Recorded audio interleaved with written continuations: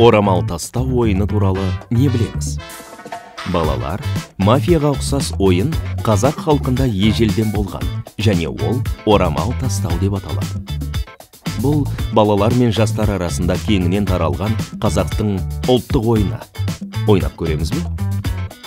Орамалды кемінде 4-10 адам ойнауы керек. Адам саны көп болса, ойын да қызықты болады. Ойынның аты айтып тұрғандай, жеңіл орамал немесе шағын шүберек пайдаланылады. Қатысушылар түгел отыруы керек. Тұруға, жүрелеп отыруға, артына жалтақтап қарауға болмайды. Орамал тастағанды басқалары айтпауы керек. Бастаушы адам орамалды қолына алып, шеңберді айналып жүреді де, өзі қалаған баланың артына орамал тастап кетеді. Оны бала сезіп қалса, дереу орамалды алып тастаушыны өз орнына жеткенше қуады. Қуып жетсе, орнын сақтап қалады. Жете алмаса, орамалды сезбей отыра берсе, орамал тастауды өзі жалғастырады.